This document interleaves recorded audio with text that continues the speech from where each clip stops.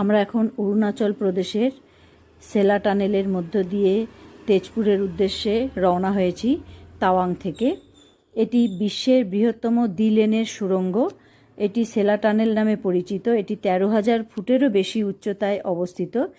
আমরা যখন সেলা পাসে গিয়েছিলাম আমরা অন্য পথ ধরে গিয়েছিলাম। ফেরার সময় এই পথ দিয়ে ফিরছি যাতে 1 ঘন্টা কম সময় লাগে।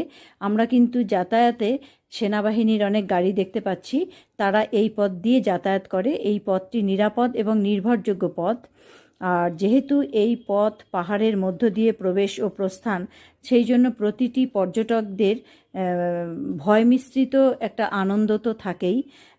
আর ভীষণ সুন্দর একটি টানেল। আর এই টানেল দিয়ে প্রবেশ এবং প্রাকৃতিক দৃশ্য খুবই ভালো লাগে। বন্ধুরা, আরও নতুন নতুন ভিডিও দেখতে পাশে থেকো।